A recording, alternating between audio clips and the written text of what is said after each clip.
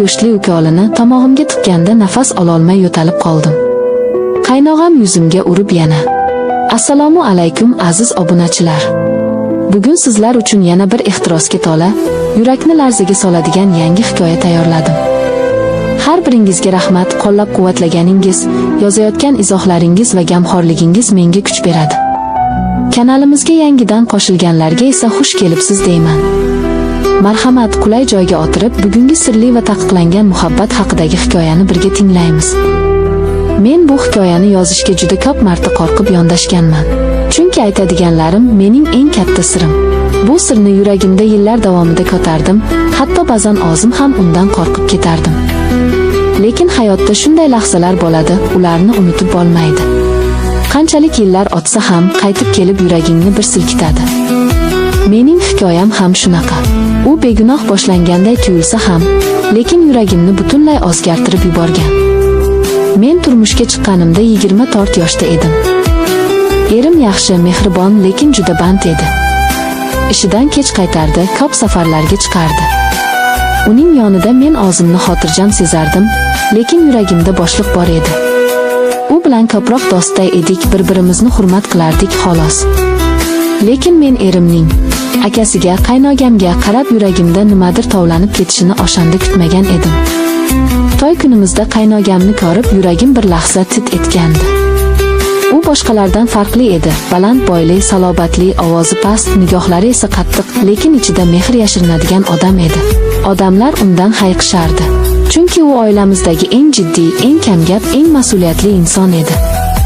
To'y taomlari tarqatilayotgan paytda u menga bir bor qaradi. Atigi bir soniya. Ammo shu nigoh meni ich-ichimdan silkitib o'tgandi. O'sha payt men uni noto'g'ri talqin qilgandirman deb o'yladim. Ammo keyin angladimki, yo'q, bu oddiy qarash emas edi. To'y tugab, hayot o'z yo'liga tushdi. Men qaynonam bilan birga yashay boshladim. Erim esa har kuni erta ketib, kech kelardi. Uyda ko'proq qaynonam va qaynogam bilan vaqt o'tkazardim. Qaynogam boshqalarga qaraganda menga bilinmas mehr bilan qarardi. Masalan, men og'ir idishni ko'tarsam darhol yonimga yugurib kelardi. Buni hech kim sezmasdi, lekin men sezardim. Bir kuni tandirga non yopayotganimda issiqdan ko'zim achishib ketdi.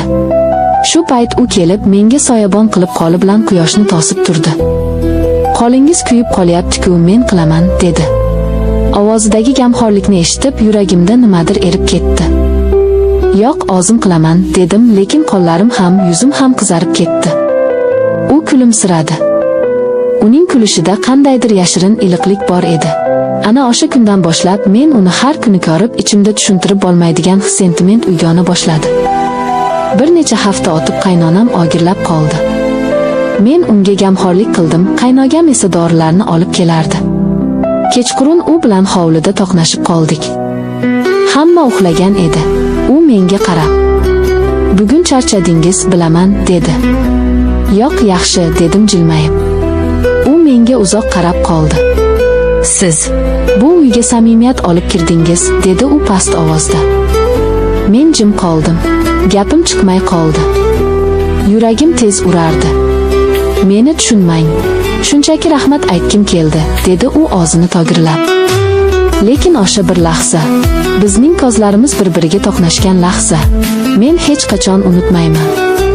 Chunki o'sha qarashda shunchaki minnatdorchilik emas edi.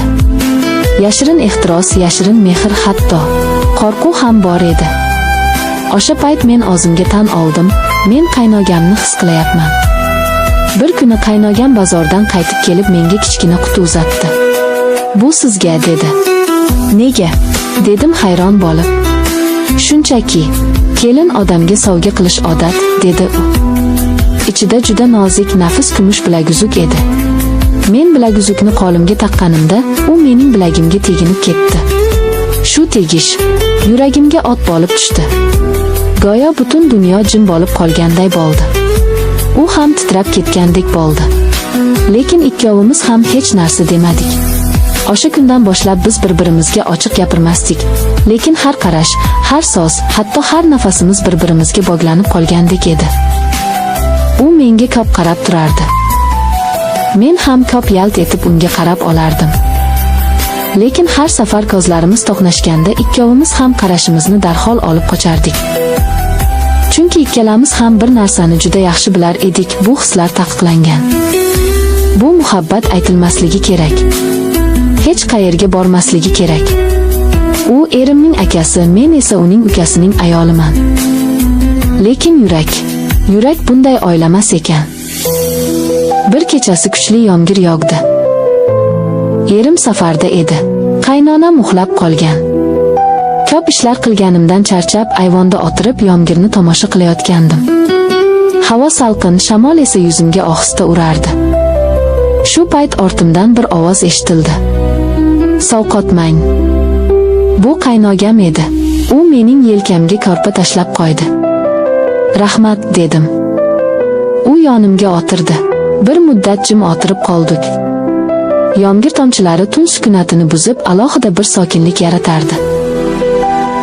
Bilasizmi, siz uyga kelganingizdan beri, dedi u asta, so'ng davom etmay qoldi. Men unga qaradim. U ham menga qaradi. Ko'zlarimiz o'sha zahoti bir-biriga bog'lanib qoldi. U qarashda yashirin ehtiros, ichimizda yonayotgan o't bor edi. U sekin dedi. Men bir zumda titrab ketdim. Qaynoga, dedim ovozim chiqmay. U boshini egdi. Lekin bu hisni yashirish qiyin. Yuragim qattiq urdi. Men ham, dedim ovozim titrab. Bu so'zlarim chiqib ketganiga o'zim ham ishona olmadim. Lekin u mening ichimdagi haqiqat, bilaman, aytmasligim kerak. U menga qo'lini uzatdi. Men uning qo'lini ushladim. Birinchi marta. Shu lahza butun tanamdan issiqlik o'tdi. Lekin keyingi lahza u qo'lini tez tortib oldi. "Yo'q", dedi past ovozda. "Biz bunday qila olmaymiz." U o'rnidan turdi. Tushunardim, u o'zini ushlab qoldi. Lekin uning ovozidagi titroq, yuragidagi o'tni yashira olmasdi. Men o'sha kechasi uxlay olmadim. O'sha kechadan keyin u mendan uzoqlasha boshladi. Gapirmasdi, qarashmasdi. Menga yaqinlashmaslik uchun atay har narsadan qochardi. Lekin bu qochish ortiqcha edi. Chunki qanchalik qochmasin, biz orasidagi hislar baribir mavjud edi. Men uni ko'rganda yuragim siqilardi. U ham meni ko'rganda nigohini tez olib qochardi. Bir kuni men bog'da gullarni sug'orayotgan edim. U kelib, "Og'ir chelakni ko'tarmang, men qilaman", dedi. Uning qo'li mening qo'limga tegib ketdi. O'sha lahza yana ikkovimiz bir zum jim qoldik. U chuqur nafas oldi. "Sizdan uzoqlasha olmayapman", dedi u past, siniq ovozda. Men ham qo'llarimni yashira olmadim. "Men ham", dedim yiglaguday bo'lib. Bir kuni qaynonam menga qarab dedi. "Kelin, bilaman, senga og'ir. Oglim ishchi, band. Lekin sabr qil. Har uyda bo'ladi bunday." Men uning ko'zlariga qaray olmadim. Chunki mening og'irligim erimning bandligi emas edi. Meni qiynayotgan yuragimda yashirin edi. Kunlar o'tdi. Oylab davom etdi bu yashirin azob. Biz bir-birimizga aytmay, lekin yurakdan sezib yashadik. Har kuni bir uyda, lekin yuraklarimiz yashirin ufurib yotar edi. U menga bir ogiz ehtirosli so'z aytmagan bo'lsa ham, qarashlari yetar edi. Men ham unga qarab, lekin hech narsa demay turardim. Aynan shu jim muhabbat meni eng ko'p qiynardi. Bir kuni u menga dedi. "Men uzoq joyga ishga ketayapman.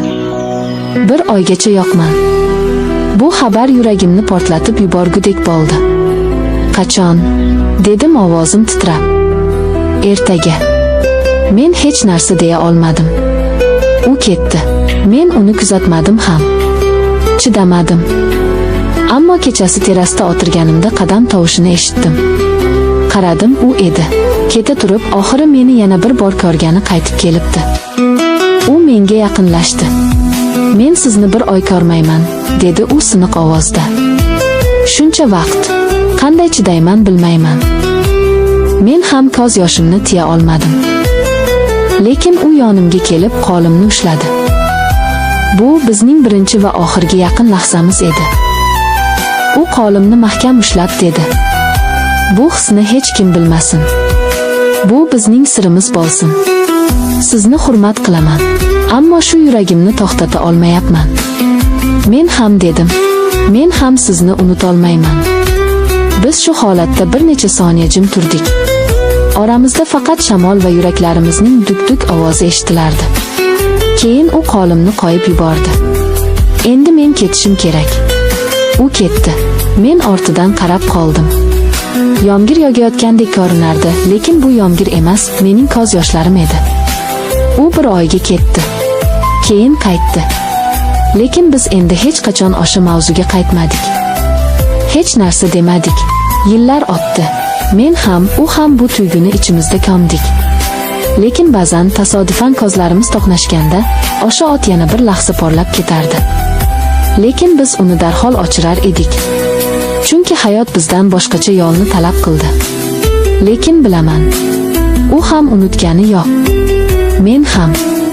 Bizning muhabbatimiz hech qachon aytilmagan, hech qachon yozilmagan, hech qachon tan olinmagan bo'lsa ham, u shu yurakda yashab qoldi.